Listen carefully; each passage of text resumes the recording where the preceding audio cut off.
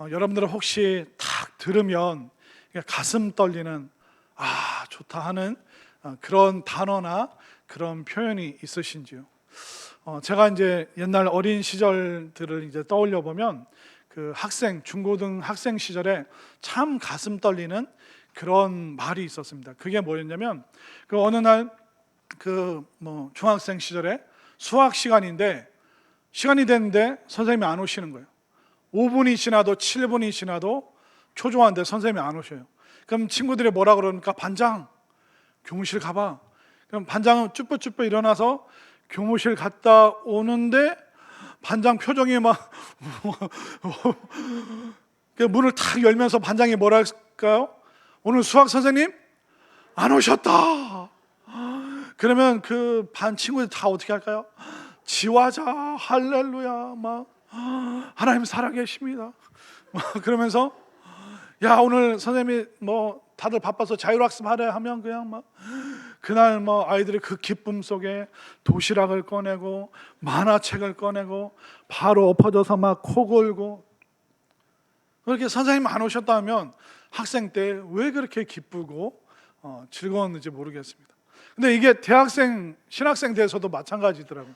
갑자기 과대표가 문을 확 열고 들어, 야 오늘 교수님 그 아들 그 입대하는 날이라서 거기에 전방 가셨어. 오늘 휴강이다 하면 막 신학생이 어떨까요? 하나님 살아계십니다. 하나님 우리 사랑하십니다. 오늘 밥도 못 먹고 막 헐레벌떡 왔는데 야 밥 먹으러 가자. 야 축구 차러 가자. 잔디밭 놀러 가자. 아니 내가 그 비싼 수업료 내는데도 수업 없다고 그러면 휴강이라고 그러면 왜 그렇게 하늘의 평강이 내려왔는지 지금도 그러니까 수업 없다 선생님 안 오셨다 그 말만큼 가슴 떨리는 그런 표현은 없었던 것 같습니다. 그래서 제가 또 그 청소년 시절에 또 교회 다닐 때 저 때는 아마 여러분 때도 그렇겠지만 토요일 날 학생부 모임이 있었습니다. 근데 토요일 날 예배 끝나고 학생부 공과 공부를 하잖아요. 근데 또 선생님이 큰 결단을 하시는 거예요. 야 오늘 새로운 친구도 있으니까 우리 짜장면 먹으러 가자 하면 또 어떻게 됩니까? 야 전도사님 들으면 혼나. 야 딴말 알면 안 되니까 야 조용히 따라와. 그러면 다들 이렇게 엉금엉금 기어서 선생님 따라서 몰래 짜장면집 가서 야 오늘 선생님이 안 오셨다. 야 짜장면 먹으러 가자면 짜장면 솔직히 저 때는 그 입학식 날 그 운동회 졸업식 날 그러니까 1년에 딱 3번 먹었습니다. 그런데 짜장면 못 먹어보신 표정으로 저한테 이렇게 보시는데 그렇게 가끔 먹는 연례 행사였는데 막 교회 와서 짜장면 사주신다고 하면 막 그렇게 기쁘고 가슴 떨리는 표현이 없죠. 그러면 집에 계시는 주부분들이 가슴 떨리는 말이 뭘까요? 주부들이 제일 좋아하는 말이 뭐냐면 여보 나 오늘 밥 먹고 들어갈게. 할렐루야. 그 더 기쁜 말이 있대요. 여보 나 오늘 야근하느라 집에 못 들어가. 지화자 하나님 살아계십니다. 주부분들이 그렇게 희한해. 왜 그러면 신혼 때는 안 그랬잖아요. 근데 권사님들이 이 얘기 들으면서 목사님 그 말 맞습니다. 남편 안 들어온다고 하면 밥 먹고 온다고 하면 그렇게 좋을 수가 없습니다. 그런데 본인들이 가슴 철렁한 게 있대요. 밥 다 먹고 설거지 했는데 남편이 전화해서 집에 밥 있지? 나 좀 이따 집에 들어가서 밥 먹는다 하면 이런 세상에 힘을 이렇게 도움이 안 된다. 요즘 목사님 남편 뒤통수도 보면 막 화가 납니다. 그러니까 가슴 떨리는 말이 있고 가슴 철렁한 얘기가 있다고 하더라고요. 우리 인생이 그런 것 같습니다. 어떤 말 들으면 너무 기쁘고 좋은데 어떤 말 들으면 속상하고 모든 힘이 다 빠질 때가 있죠. 제가 목회자로 또 오랜 시간 신앙생활하면서 정말 그 신앙인의 그 마음을 가슴을 떨리게 하는 단 하나를 꼽아라 한다면 저는 부흥, 이 부흥이라는 단어만큼 우리 가슴을 설레게 하는 것이 없습니다. 이 부흥이 무슨 뜻이냐면 쇠퇴했던 것이 다시 활발히 일어난다. 그러니까 절망적이고 소망이 없었는데 갑자기 희망이 생길 때 그것을 부흥이라고 이야기를 하죠. 또 믿음이 없던 그 척박한 땅에 교회가 세워지고 믿음의 사람들이 생겨날 때 그걸 부흥이라고 이야기를 하는 거죠. 그리고 매너리즘에 빠져서 예배 드리는 둥 마는 둥, 말씀 듣는 둥 마는 둥, 찬양하는 둥 마는 둥 했는데 온 마음을 다해서 예배 드리고 말씀 듣고 찬양할 때 그것을 바로 또 개인의 영성의 부흥이 일어나는 것입니다. 성경을 보잖아요. 그러면 수많은 부흥의 기록들이 있습니다. 이스라엘 사람들이 애굽에서 무려 430년 동안 종살이했습니다. 우리는 일본에 36년 나라 빼앗겼는데도 응어리를 품잖아요. 근데 36년을 초월하는 430년 동안 남의 나라에서 노예로 산다면 그거는 가망이 없는 거예요. 소망이 없는 겁니다. 벗어날 수가 없어요. 그런데 하나님께서 모세를 부르셔서 이스라엘을 출애굽, 정말 하나님의 그 전능하신 손길로 부흥의 역사로 그들을 애굽에서 빼내 주셨죠. 광야 생활을 했는데 갑자기 가나안 땅이 40년 만에 그들 앞에 확 펼쳐집니다. 땅의 부흥, 경제적인 부흥, 새로운 역사의 부흥을 그들이 맞이했죠. 그리고 또 언제 부흥을 봅니까? 다윗을 통해서 예배가 부흥하고 그 아들 솔로몬을 통해서 성전을 지으면서 성전 중심에 하나님을 예배하는 예배의 부흥을 그들이 이루었습니다. 엘리야, 엘리사, 수많은 믿음의 선진들이 대적들을 막아내고 또 이스라엘 백성들 속에서 새로운 개혁과 또 말씀의 역사를 끊임없이 부흥의 역사를 선지자들이 만들어냈습니다. 그리고 신약 성경에 가면 어떻습니까? 마가의 다락방, 오순절날, 그날 성령의 역사로 말미암아 초대교회가 생겨나고 예루살렘에 부흥의 거대한 원자탄이 떨어졌다는 것을, 그 부흥의 불길이 온 유럽으로 퍼져간 그 역사를 알고 있습니다. 그뿐만 아니라 최근래 유럽의 부흥이 있었고 미국의 부흥이 있었고 유럽과 미국의 선교사님들이 아시아로 와서 아시아의 그 부흥을 주도했습니다. 그뿐만 아니라 오늘날 남미에서 아프리카에서 우리가 알지 못하는 그 땅에서 수없는 그 부흥의 기록의 역사들이 지금 여전히 있다는 것을 분명히 깨달으시길 바랍니다. 저도 어렸을 때 그 생각을 해보면 청소년 시절에 교회 가는 게 그렇게 재밌었습니다. 교회 가면 토요일마다 형들이 미리 교회 와 있는 거예요. 형들 사이에 앉아 있으면 그 기타 잘 치는 찬양 잘하는 그 형이 막 복음성가 교회에서 만든 거 1번부터 막 200번까지 메들리로 신나는 거 막 찬양하다가, 그리고 이제 또 막 같이 탁구 치다가 배고프면 또 형들이 야 우리 라면 먹자. 그래서 형들이 또 그 주방 사용할 줄 아니까 주방에서 막 라면 먹고 있으면 주방 권사님이 주걱 들고 막 쫓아오는 거예요. 이놈들 뭐 먹고 설거지도 안 하는 것들이. 그러면 뭐 라면 먹다가 막 도망가고 깔깔거리고 막 말썽도 많이 부렸지만 모일 때마다 기쁘고 재밌고 정말 깨끗한 마음으로 즐거울 수 있구나. 그리고 전도사님께 붙잡혀서 토요일날 오후마다 야 니네 놀지 말고 성경 좀 배워라. 그래서 막 뭐 토요일 오후마다 전도사님께 붙잡혀서 성경 공부 말씀 배우고 또 같이 기도하면서 막 형들이랑 같이 울고, 그러니까 울고 웃으며 말씀이 있고 친밀한 교제가 있고, 아마 그것이 우리가 꿈꾸고 또 다시 돌아가고 싶은, 아니 지금 이 시간 다시 재현되었으면 하는 그 부흥의 역사가 아닌가, 그런 생각을 하게 됩니다. 오늘 말씀을 통해서 여러분들 마음속에 정말 가슴 떨리는 단어 부흥, 정말 깨끗하게 즐거울 수 있고 함께 있는 기쁨, 또 말씀과 기도로 가슴 벅찬 그 놀라운 부흥의 역사가 다시 한번 여러분들 마음속에 뜨겁게 불타오를 수 있게 되기를 바랍니다. 제가 오늘 이 8장 말씀을, 느헤미야 8장 말씀을 쭉 보면서 제가 깨달은 3개의 단어가 있습니다. 그게 뭐냐면 첫 번째는 공간이라는 단어였습니다. 1장부터 7장, 6장까지 이제 느헤미야가 이스라엘 백성들과 함께 수많은 방해와 그 어려움을 극복하고 6장까지 드디어 예루살렘 성벽을 완성을 합니다. 공간이 만들어진 것이죠. 그리고 7장에 보면 그 만들어진 공간에 예배자를 세우고 행정 최고 관리자를 세우고 또 문을 지키는 파수병을 세우고, 그러니까 공간에 그 인간, 사람을, 적재적소에 사람을 넣게 되죠. 그리고 오늘 8장에 와서는 그 공간과 그 변화된 사람들이 어떤 시간을 보내고 있는가, 그 시간들을 무엇으로 채워가고 있는가 기록하고 있습니다. 여러분들 한번 잘 생각해 보십시오. 인간, 시간, 공간, 공통적인 단어가 뭡니까? 사이간자라는 단어가 들어가죠. 인간이 뭡니까? 사람과 사람 사이에 무엇으로 채울 것인가? 미움과 질투로 채울 것인가? 기쁨과 사랑으로 채울 것인가? 또 시간을 생각해 보시오.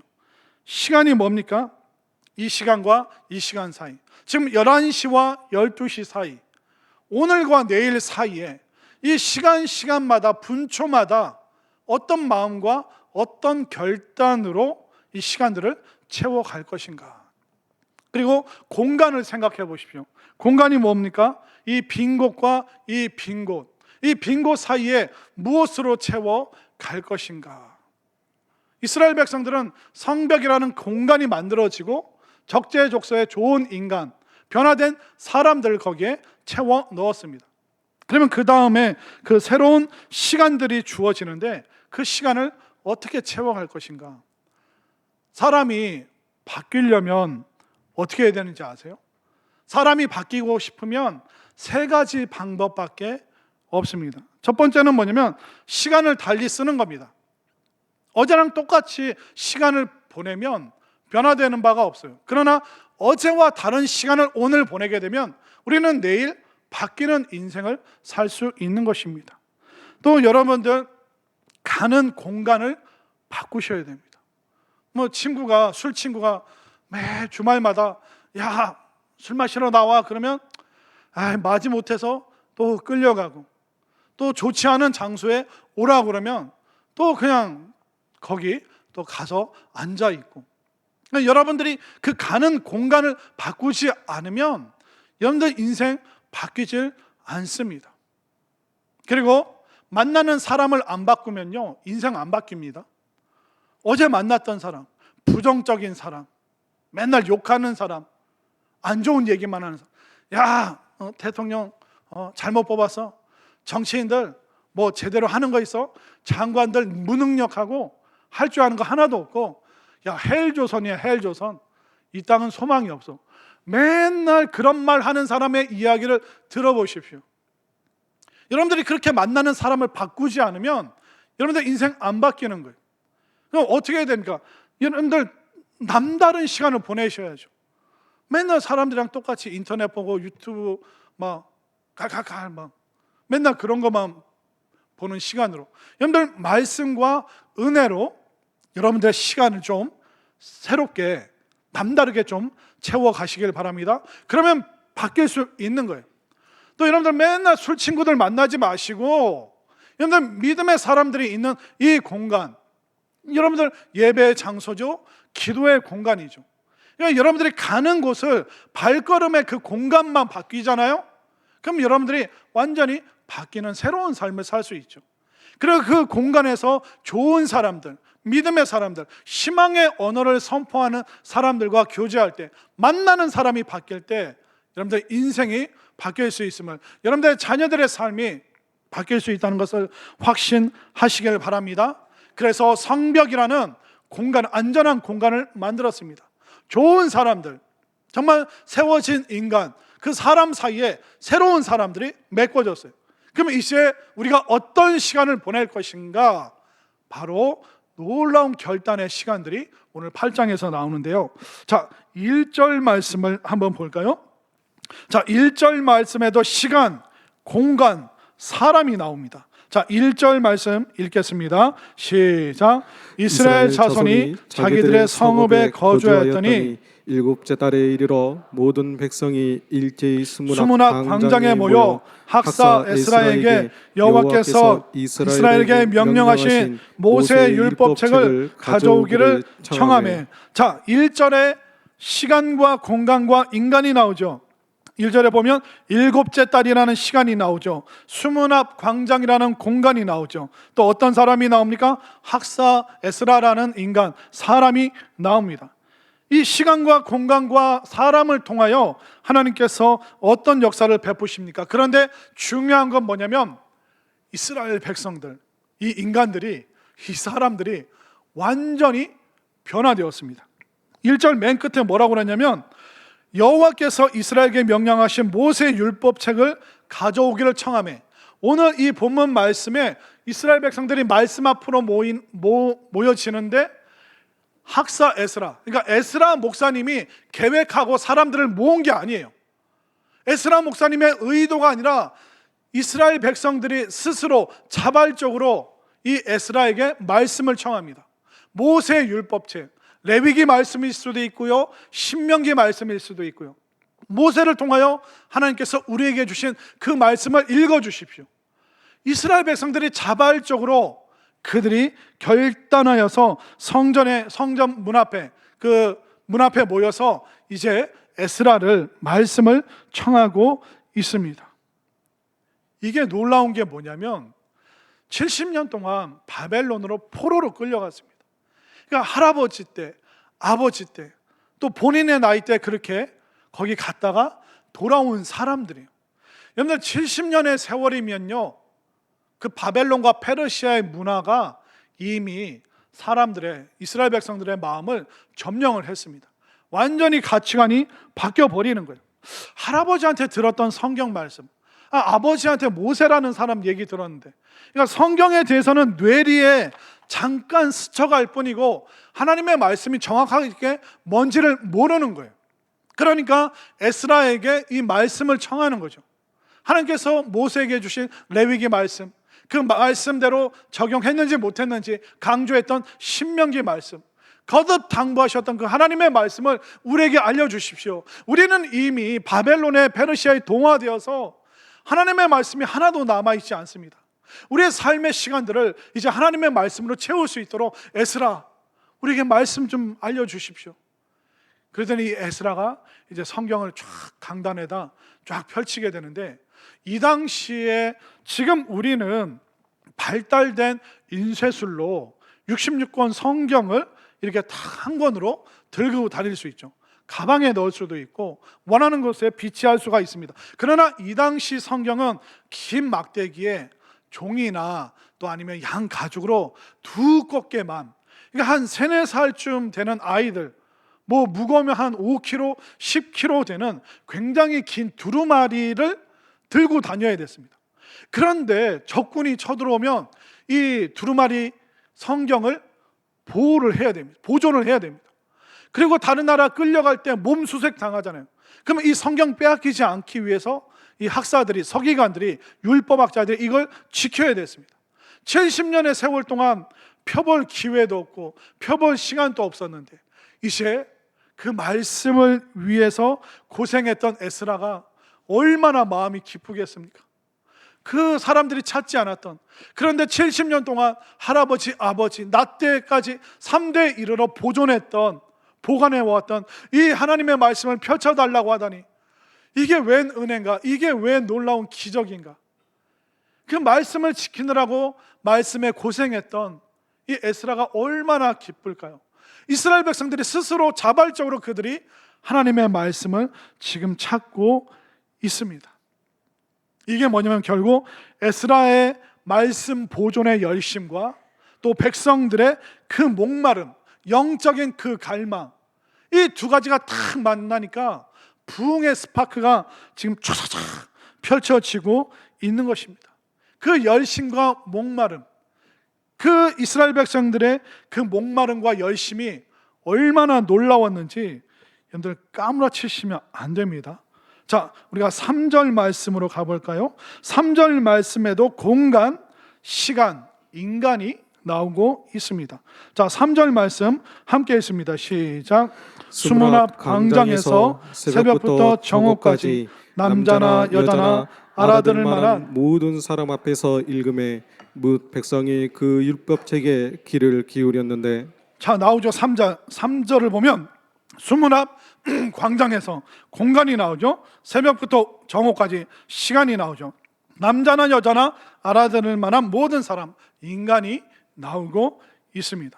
근데 제가 깜짝 놀란 것은 뭐냐면 시간입니다. 이 시간을 보십시오. 이들이 말씀 들은 시간이 새벽부터 정오까지. 이스라엘은 오전 6시부터 하루가 시작됩니다.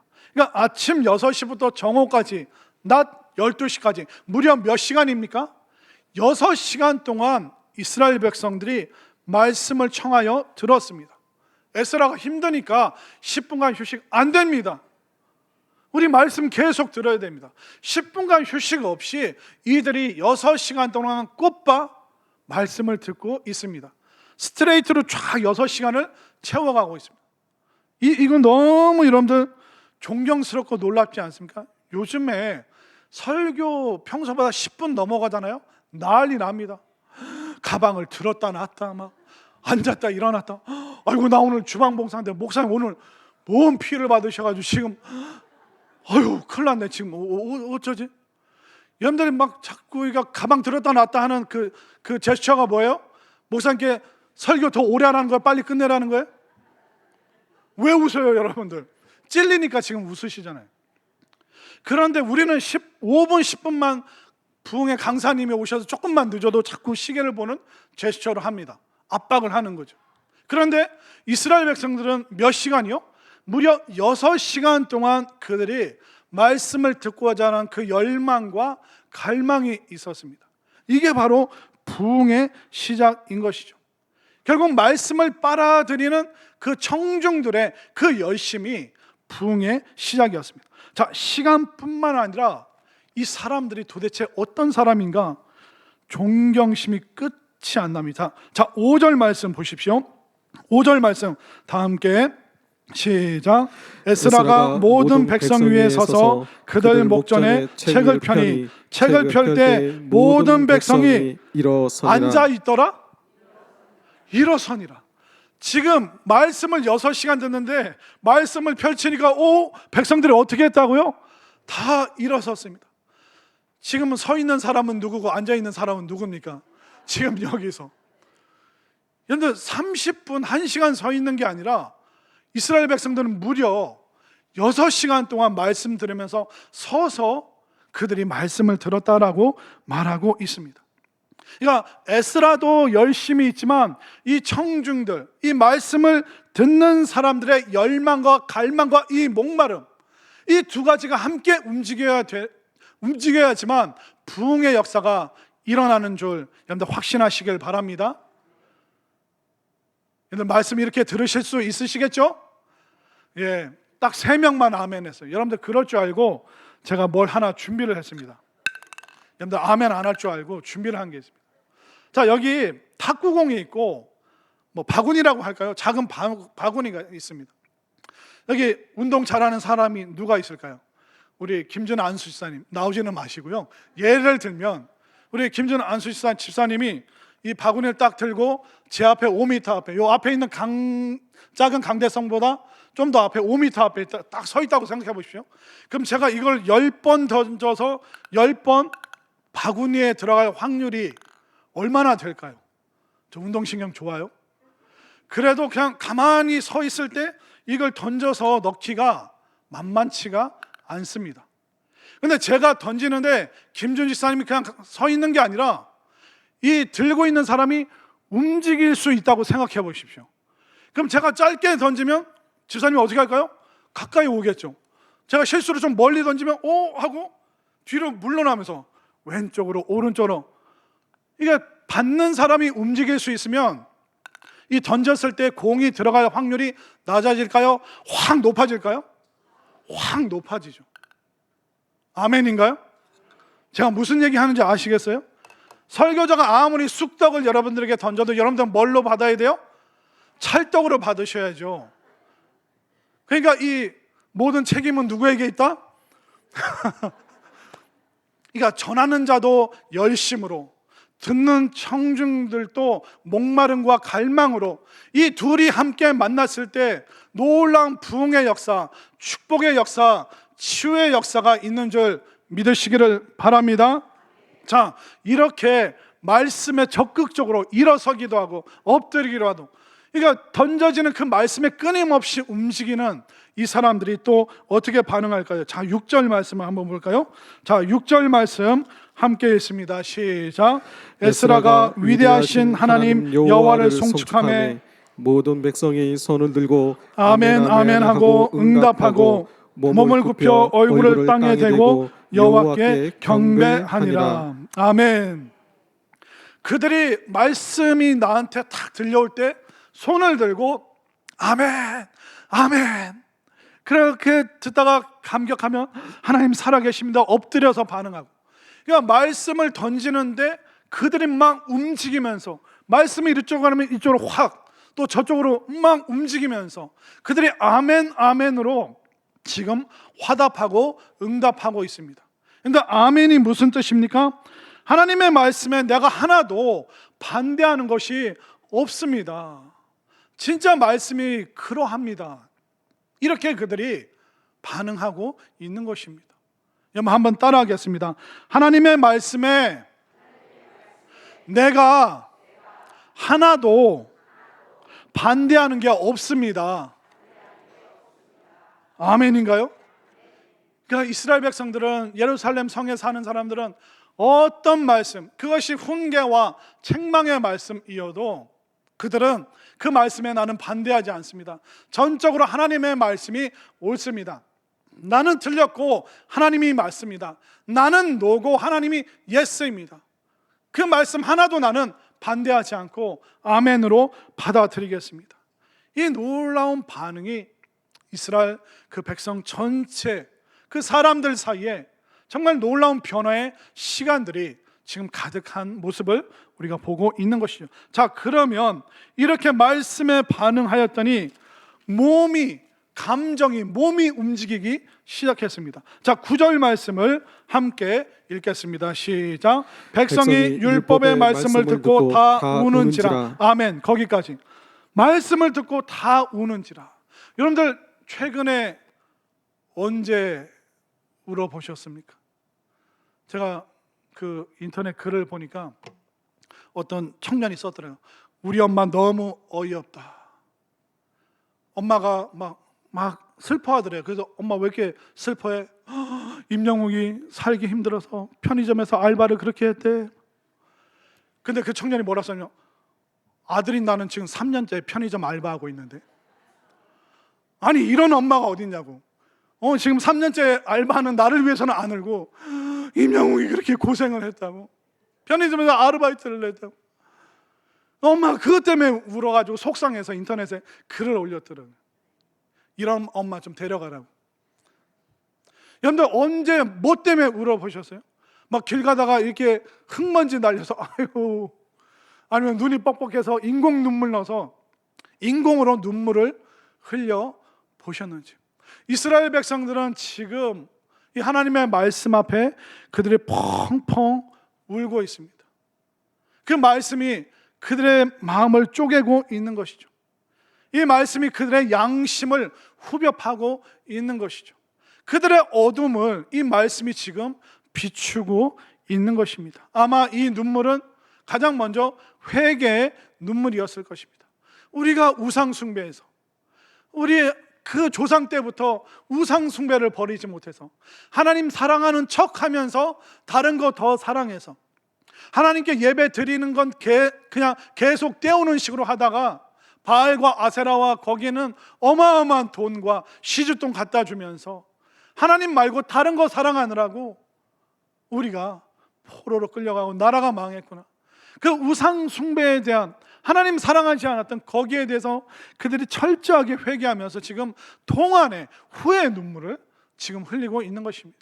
또 이 눈물은 어떤 눈물일까요? 감사의 눈물이죠. 포로로 끌려갔다가 그래도 목숨 건져서 살아서 고향 예루살렘 이 땅을 밟을 수 있다니, 징계는 있었지만 그래도 죽음까지는 가지 않았구나.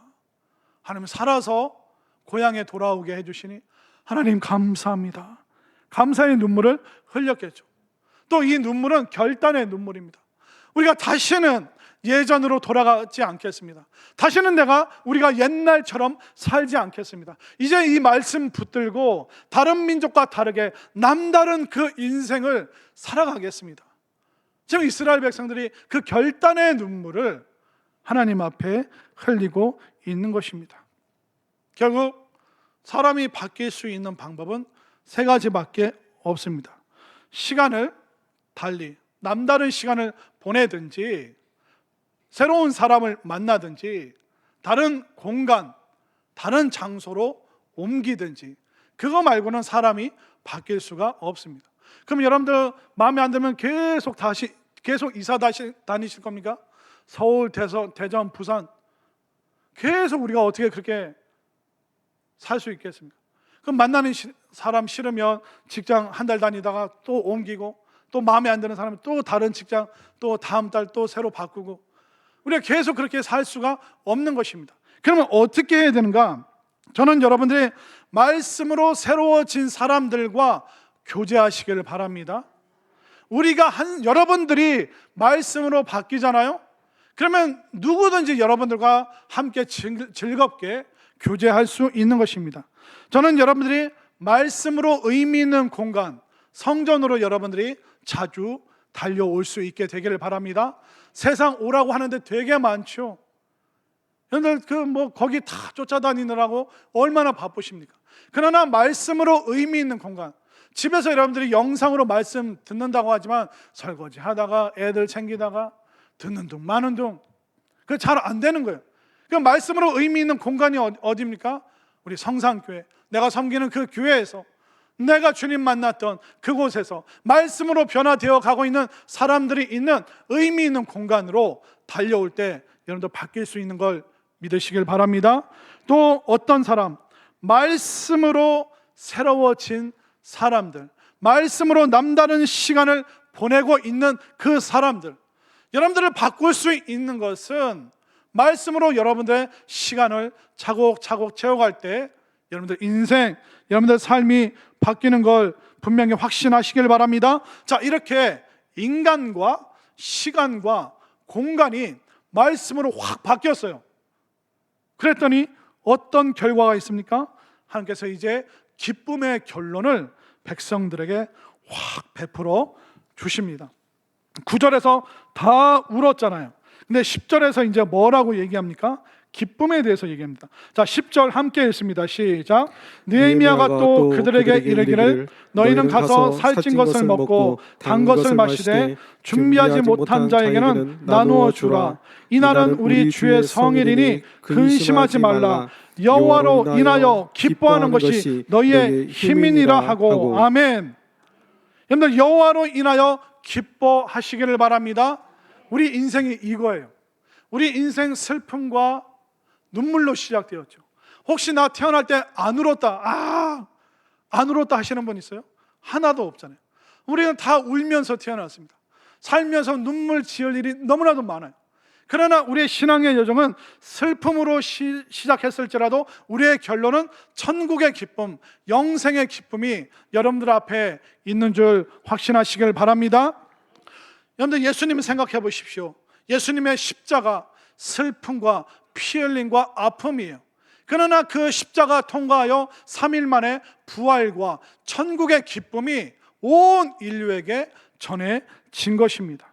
결국 하나님께서는 우리 인생 슬픔으로 아픔으로 가고 있어도 순간순간 부흥의 기쁨, 말씀의 기쁨, 아멘 하실 때까지 부흥의 기쁨, 말씀의 기쁨, 능력의 기쁨, 축복의 기쁨, 이 기쁨을 하나님께서 여러분에게 한량없이 베풀어 주심을 믿으시기를 바랍니다. 그래서 우리가 영원히 하나님을 기뻐할 수 있도록 하나님께서 우리에게 무엇을 주시는가? 바로 말씀의 부흥. 이 부흥을 경험해야지만 우리가 기쁨으로 탁 넘어갈 수 있는 거예요. 근데 부흥의 자리까지 교회 갈까 말까, 이 시간을 그냥 흥청망청 보낼까, 만났던 애들 또 만나지 뭐, 이러면 우리가 공간과 인간과 사람이 바뀌지 않으면 안 바뀌는 거예요. 그런데 말씀으로 변화된 공간과 말씀을 사모하는 사람들과 말씀으로 우리의 시간들을 남다르게 보내면 거기서부터 바로 부흥의 출발, 그 부흥이 우리를 기쁨으로 이끌어 가심을 믿으시기를 바랍니다. 왜 하나님께서 주시는 기쁨이 중요하냐면 사탄 마귀는요, 여러분들에게서 뺏어가고 싶어하는 게 있어요. 뭘 뺏어가고 싶어하냐면 사탄 마귀가 우리의 구원은 빼앗아갈 수 없어요. 이거는 누구도 건들 수 없는 거예요. 그런데 이 구원의 기쁨은 훼손시킬 수가 있어요. 그래서 이 구원의 기쁨, 예배 드리는 기쁨, 말씀 앞에 머무는 기쁨, 이것이 훼손되고 사라지도록 이 구원의 기쁨을 계속 여러분들 공격하는 거예요.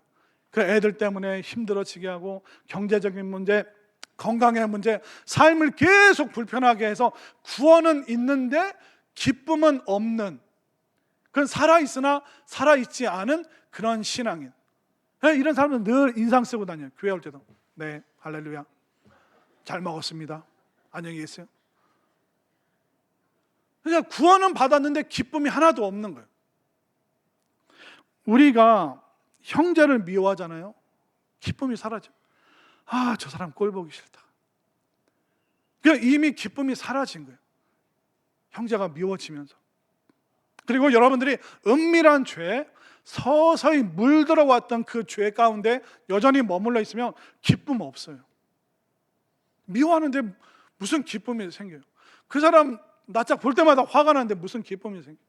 여러분들 은밀하게 죄 짓는데 교회 예배 자리 당당하게 올 수 있어요? 당당하지 않은데 무슨 기쁨이 그 자리에 있겠습니까? 그렇기 때문에 사탄 마귀는 여러분들의 그 구원의 기쁨을 계속 훼손시키는, 계속 공격하는 거예요. 마음에 안 드는 일 투성이로. 그러나 우리가 부흥을 경험하잖아요. 그 환경과 여건과 사람을 초월하는 겁니다. 여러분들 생각해 보십시오. 지금 수천 년 전에 이들이 기쁨이 가득합니다. 그때 뭐 자동차가 있습니까? 에어컨이 있습니까? 보일러가 있습니까? 배달의 민족이 있습니까? 가스레인지가 있습니까? 뭐가 있습니까? 불편한 거 투성이잖아요. 그런데 주체할 수 없는 기쁨. 그러니까 이 부흥의 기쁨은 환경과 여건과 모든 것을 초월하는 거기 때문에 그때나 지금이나 오늘날 우리가 갈망하고 열망해야 될 것이 바로 부흥이라는 것을 확신하시기를 바랍니다. 우리가 말씀 앞에 정말 제대로 살겠다, 그 말씀 앞에 하나도 나는 반대하지 않습니다, 오늘 선포되어진 그 말씀이 나의 말씀입니다, 이렇게 반응할 때 여러분들에게 부흥이 있는 줄 믿으시기를 바랍니다. 우리가 부흥을 경험하잖아요. 새로운 인생 살 수 있습니다. 부흥을 경험하잖아요. 못된 사람도 미운 사람도 우리가 기뻐할 수 있는 것입니다. 여러분들 말씀에 은혜 받지 않았다면 여러분들 아직 멀은 거예요. 아무리 나이 많이 드셨어도, 아무리 교회 오래 다녔어도, 성경을 꿰고 있어도 말씀 들을 때 은혜 안 받으면 아직 멀었어요. 그 사람 한참 멀었어요. 그러나 여러분들이 말씀에 은혜 받는다면 다시 웃을 수 있습니다. 여러분들의 말씀을 기뻐하면 여러분들 인생 가운데 살만 나는 시간이 펼쳐집니다. 그래서 우리 모두가 말씀 앞에 영적인 부흥을 경험하여서 진짜 재미나고 살만 나고 의미 있는 그런 인생들 다 되시기를 간절히 소망합니다.